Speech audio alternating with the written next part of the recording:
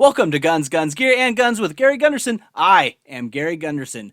Biden had a recent Q&A on Now This where he fielded questions from completely objective sources, like a woman whose brother was killed in a shooting asking questions about gun control. Unbiased. It had all the greatest hits. He did his classic deer in a Kevlar vest remark. I said, how many deer are wearing Kevlar vest? How many folks out there? Appeals to his authority as a gun owner. I haven't shot them in a long time, but I have 2 shotguns. And his inability to count. Actually, 3 things. 1, I did get the law changed. He never comes back for 2 or 3 and immediately does it again. One of the things that occurs, there's 2 things I think would happen. Again, never comes back for number 2 here unless it's in his pants. But he does go on to say, We were at a restaurant, and I left the keys in my automobile, and some underage kid came out, stole the automobile, was driving and killed someone. I'd be liable.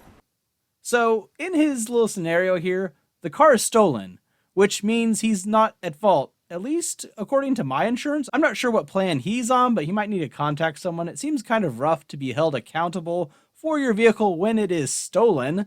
So if I steal the presidential limo and crash it, is Biden at fault? Then he brings up some weird points he started making recently. Bullet can travel 5 times the speed of an ordinary bullet. 2 things, and guess what? I can count, at least to 11. First thing, that's simply not true. They were talking about AR-15s before this, so I assume they are referring to 5.56 as 5 times faster than any other bullet, but that's not true, nor is it true for other calibers of so-called assault weapons. Second thing, they are not calling for a ban on any specific cartridge.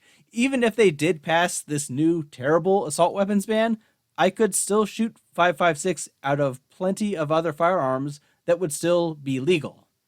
Then he said the most viral talking point of the video. My legislation says there can be no more than 8 bullets in a round. This is big brain time.